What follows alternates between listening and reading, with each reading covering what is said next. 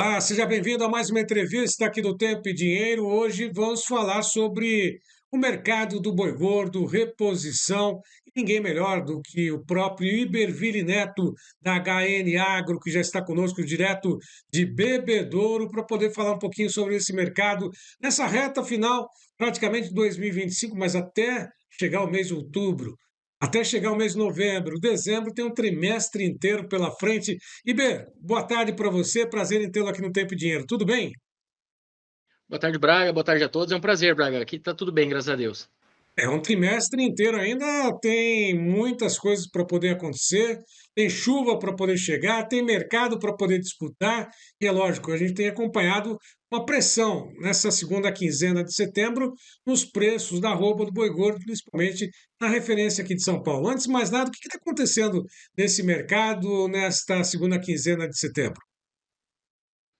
Braga, a gente tem a calmaria do consumo, que normalmente acontece na segunda quinzena, mas isso não é grande novidade. Eu diria que o ponto principal que tem feito com que o mercado trabalhe um pouco mais fraco nessas últimas semanas tem sido realmente as programações das indústrias supridas em certa medida com animais a termo e de parcerias. Eu digo em certa medida porque essas escalas que a gente ouve de 15, 20 dias e às vezes daí para fora, muitas vezes elas são programações de abate que os frigoríficos eles têm uma parte importante do gado, tanto é que estão testando no mercado, mas existe espaço nesse meio aí para compra de gado, né? Então, essas programações, quando a gente ouve falar programações para 2 meses, elas não são bem assim, né?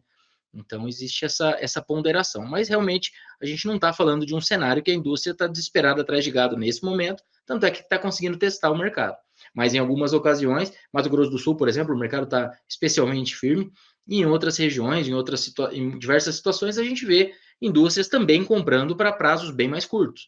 Agora, as indústrias maiores, que têm essas parcerias mais consolidadas, elas acabam realmente tendo mais bala na agulha, tendo mais cartas na manga para testar um pouco esse mercado. Ora, por que está acontecendo esse teste? Será que a oferta está sendo muito robusta para essa época do ano? O consumo interno não está patinando? Porque as exportações vão bem, né? A cada mês que passa, nós temos aí recordes sendo batidos, tanto lá mesmo até o último comentário que se falou em relação aos preços, né, em dólares das exportações, tem sido um bom momento para exportação, né? Mas por que o mercado interno, como você mesmo disse, em algumas regiões, principalmente na referência aqui de São Paulo, tem essa pressão? A indústria mesmo que tem alternativas em outras regiões, e isso está facilitando um pouquinho mais essa queda de braço, por dizer assim, entre indústria e pecuarista, Iberville. A indústria sempre, quando a gente fala de grandes indústrias, elas sempre trabalham com essa busca pela matéria-prima em regiões onde ela está mais atrativa. Então, por isso que muitas vezes a gente vê carne vindo de outras regiões para os grandes centros, além, é claro, da originação para exportação. Mas o cenário de oferta, a gente não está falando aqui de um excesso de oferta, tanto é que quando a gente observa essas quedas, a gente está com o mercado pressionado já há mais de 1 2 semanas, mas em geral essas quedas elas têm sido bem comedidas nas referências, porque a gente fala às vezes de uma queda de 1, 2, 3 reais numa arroba de 300, isso não é uma queda expressiva, ainda mais quando isso muitas vezes é dividido até alguns dias atrás, o CPEA tinha cedido em 7 pregões R$ 3. Isso é muito pouco, né? Dá 1% em 7 pregões. Pregões, entre aspas, né? Em 7 fechamentos. É, então, a gente tem que, às vezes, ponderar um pouco isso. O mercado está mais fraco, ele perdeu um pouco de força e ele vem cedendo em algumas regiões, em diversas regiões, eu diria. Mas a gente não está falando de um mercado derretendo.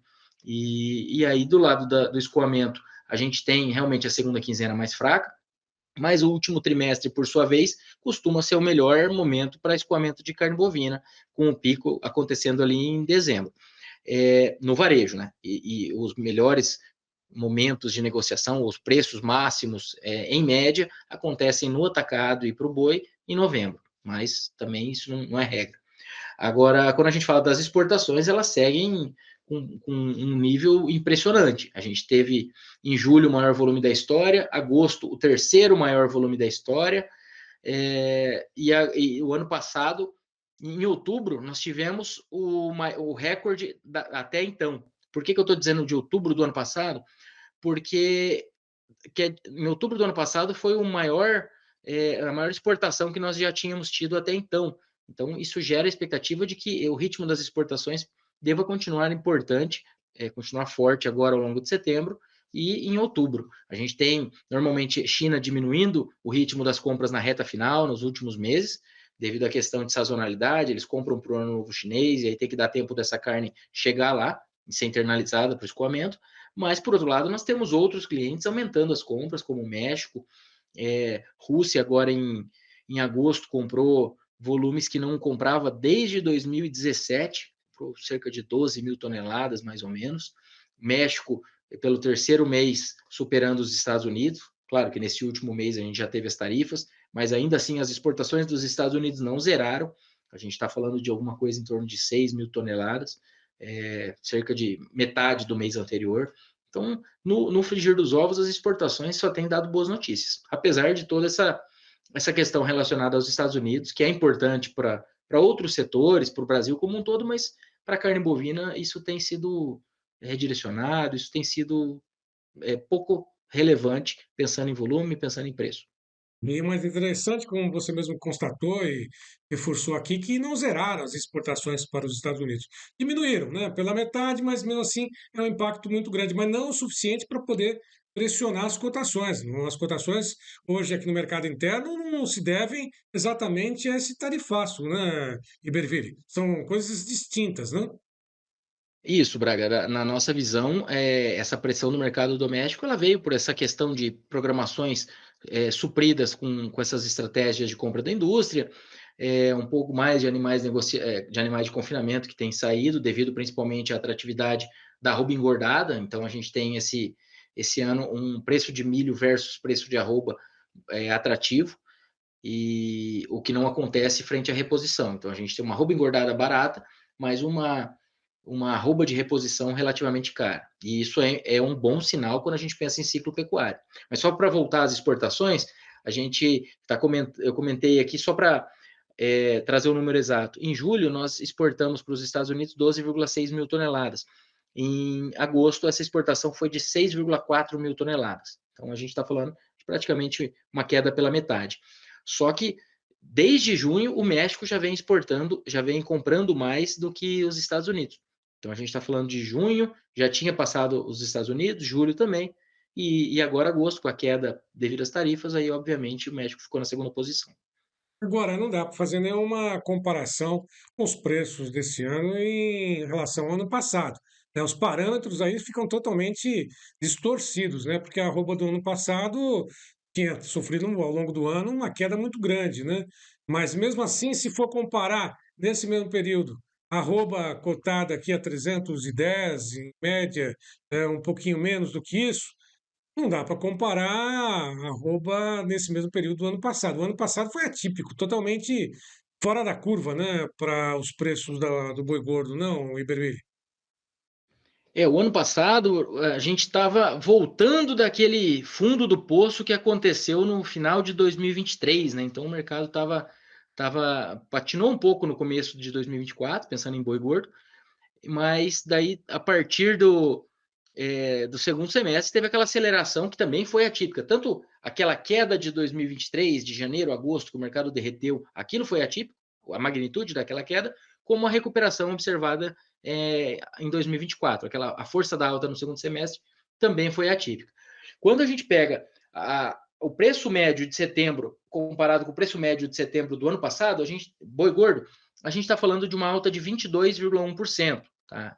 A parcial agora de setembro com setembro do ano passado. O ano passado, a arroba do boi gordo estava em R$ 255. Aqui eu estou fazendo uma comparação nominal, não estou entrando no mérito da inflação aqui.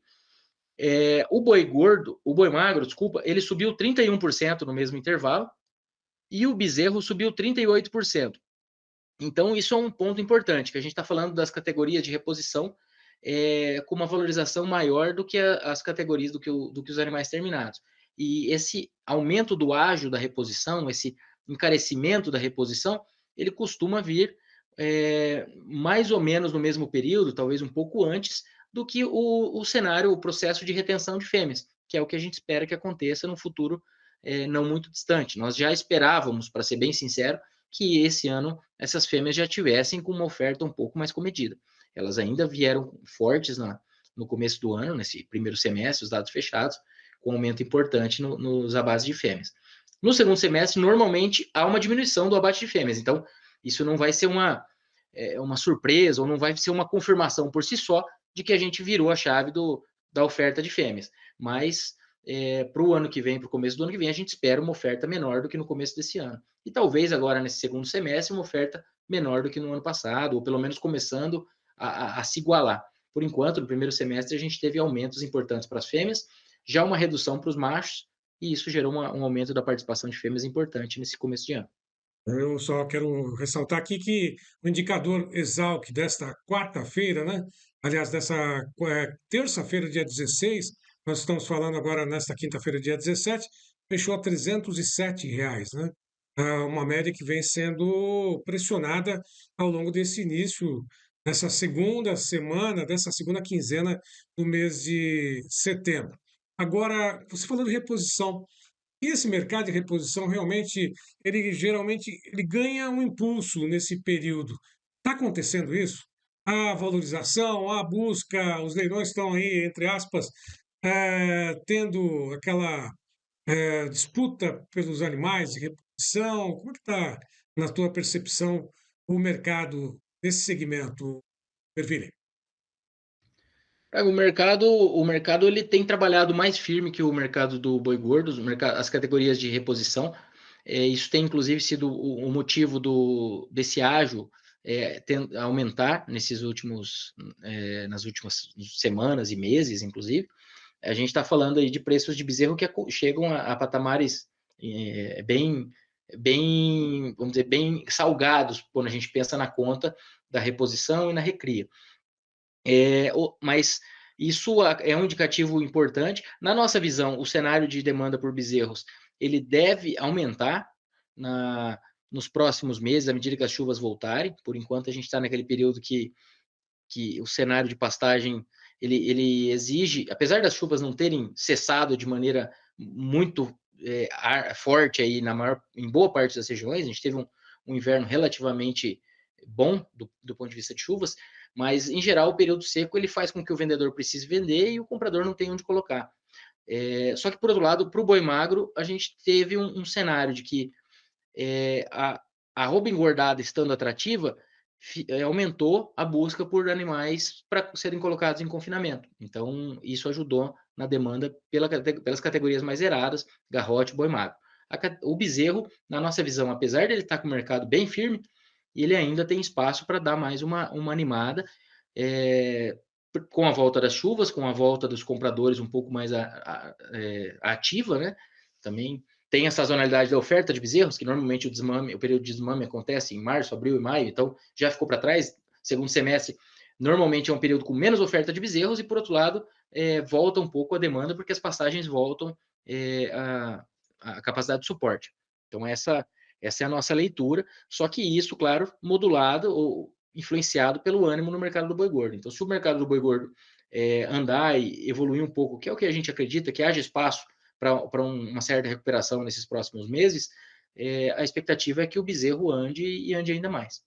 Agora, Iber, a R$ 2.938, aliás, R$ 2.934 pelo indicador CP Exalc, bezerro, anelorado, médio do Mato Grosso do Sul, vai fechar a conta lá na frente, na hora da conversão desse bezerro, da arroba desse bezerro para o boi gordo? Como é que fica essa relação? Braga, quando a gente fala de um ágio do bezerro mais salgado, ele vai exigir que o sistema absorva isso, né? Então a gente está falando, primeiro que o bezerro, quando ele é um bezerro mais leve, ele vai ter mais arrobas colocadas para diluírem aquelas arrobas mais caras. Então o bezerro, às vezes, ele tem um ágio grande por arroba, por quilo, mas ele é um bezerro leve, então tem mais peso para diluir aquelas arrobas. O tempo que ele vai ficar na fazenda também influencia, porque dá tempo do mercado evoluir ou não, né? Isso dá um pouco mais de segurança. Por outro lado, a gente não pode deixar esse animal sem estar no sistema intensivo, porque a reposição, o custo da reposição está caro. Então, tudo isso é meio que até aponta em direções um pouco opostas, porque se a gente está falando de um bezerro caro hoje, se ele ficar mais tempo na fazenda, pensando em ciclo pecuário, pensando na expectativa para o mercado, teoricamente ele tem mais tempo para se valorizar. Só que, por outro lado, esse bezerro caro ele tem que ser bem utilizado, ele tem que é, tem que ser vendido num período relativamente curto, ou pesado, sempre dependendo do sistema, dependendo da realidade, etc. Mas ele tem que ser bem utilizado. Uma matéria-prima cara, como um bezerro na fase de alta, nas fases de troca mais justa, ele tem que ser bem utilizado. Então, esse é um ponto. Por outro lado, o bezerro, em relação ao boi magro, que está com ágio também, é um ágio um pouco mais salgado, quando, quando a gente fala, não mais salgado que o do bezerro, né, mais salgado que a média, mas quando a gente fala do boi magro, ele já tem um tempo muito menor. Então, a conta do boi magro, que vai entrar no confinamento, ela tem que ser visualizada antes até do início da operação. Né? O produtor tem que colocar aquele gado no coxo, sabendo quanto custa e quanto que ele consegue por aquele animal. Senão, é contar com a sorte. Né? E no Brasil, a sorte geralmente não está do lado de quem está produzindo. Agora, Iberville, você tem notado que o produtor, o pecuarista, Brasil afora, ele tem se profissionalizado mais, tem buscado apoio nas ferramentas de comercialização, tem travado preços?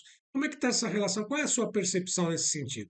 Braga, quando a gente fala dessas ferramentas, do uso das ferramentas de comercialização, em geral existe um viés de aumento. Só que o que, que acontece na nossa visão, e até nós temos algumas fontes que relacionam isso, como o próprio e-mail, quando a gente observa um ano no qual a, a trava de preços, opa, a trava de preços,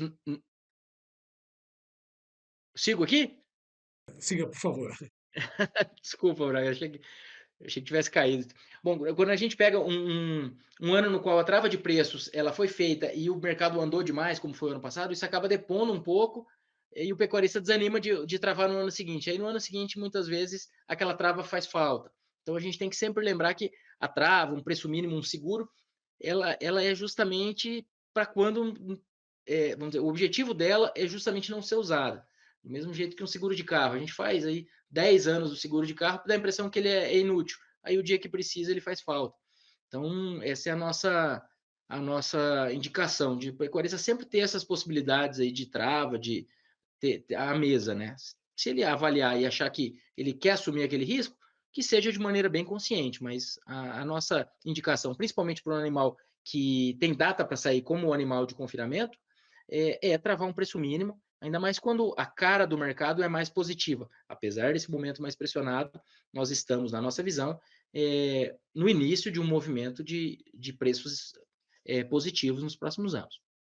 Você vai viajar agora, mais uma vez, né? Finalzinho agora de novembro, né? Evento vai ser em Marabá, em Araguaína e também Imperatriz. Marabá no Pará, Araguaína, Tocantins, Imperatriz no Maranhão. E o pessoal está ansioso, pelo que parece, né? Por todos querem saber um pouquinho mais dessa tua experiência Brasil afora, né? Tem sido um bom resultado, tem tido uma boa receptividade, muitas dúvidas surgem ainda no segmento. Isso, Braga, esse projeto, esses três eventos, né, que são a Comitiva HN Agro, que a gente vai começar com essas três etapas esse ano, Marabá, Araguaína e Imperatriz, 10, 11 e 12 de novembro, ele é um evento novo, né, um evento que a HN Agro tá realizando junto com os parceiros, com a UPL, com a Tecnobif e junto com os parceiros de mídia, inclusive o Tempo e Dinheiro, mas, no geral, vamos dizer, esse ano nós já participamos aí de algumas dezenas de palestras.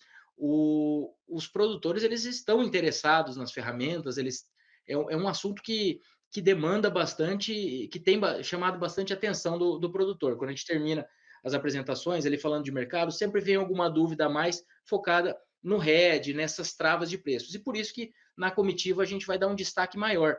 Então a gente vai falar do mercado e também vai falar um pouco dessas travas de preços e depois os parceiros vão focar ali em tecnologias de nutrição e de pastagem para fechar esse pacote da produção com a comercialização e depois um jantar com os produtores que estiverem lá com a gente para trocar uma ideia e discutir um pouco do mercado e saber um pouco da história de cada um. Então vai ser um prazer recebê-los lá e fica o convite. É isso aí. Lembrando mais uma vez que o Iberville, da HN Agro, junto com a Isabela Camargo, né, sempre conosco, uma parceria que há muito tempo vem oferecendo essas informações durante a programação Tempo e Dinheiro. É uma parceria de longos anos já, né, e principalmente com o Iberville nessa saga, né, de divulgar, de esclarecer, de fazer com que essa pecuária avance cada vez mais aqui no Brasil. Recado final para o produtor que nos acompanha Brasil afora para esta reta final de 2025 na pecuária, Ribeiro. Eu acho que a nossa expectativa, ela segue de que há espaço para o mercado, se recuperar e andar um pouco, só que eu acho que o pecuarista ele tem que sempre considerar os compromissos e a data de venda desse gado e as possibilidades que ele tem na mesa. Então, trabalhar com expectativa de mercado é uma coisa e trabalhar com gestão de risco é uma outra questão. A expectativa de mercado é o que a gente faz acompanhando o mercado e traçando as expectativas, e a gestão de risco é justamente saber que essas expectativas podem estar certas ou não. Tá? Nós não temos bola de cristal e, até onde eu sei, nenhum dos analistas tem por aí, não depreciando de maneira nenhuma ninguém, mas é incerta, a coisa é incerta. Então, as expectativas são uma, mas a gente tem que trabalhar e garantir aquele resultado, travando preços mínimos, usando as estratégias que existem por aí. Então, essa seria a indicação, é acompanhar as duas frentes, né? Tanto expectativas como gestão de risco. Iberville Neto conosco, muito obrigado pela participação. Bom trabalho para você, um abraço à equipe, a Isabela Camargo, a você e a todos que contribuem aí para a HN Agro nesse levantamento, nessas comitivas, nesse planejamento todo. Obrigado, viu, Iber? Muito obrigado, Braga. Contem com a gente. Obrigado, até Um a abraço. próxima. Bom, lembrando mais uma vez e a todos, sempre que nossas entrevistas estão disponíveis nas mídias sociais do Tempo e Dinheiro. Vá lá, curta, comente, compartilhe, se inscreva, faça parte também do clube de assinantes do Tempo e Dinheiro. A todos que estiveram conosco, mais uma vez, meu muito obrigado. Até uma próxima.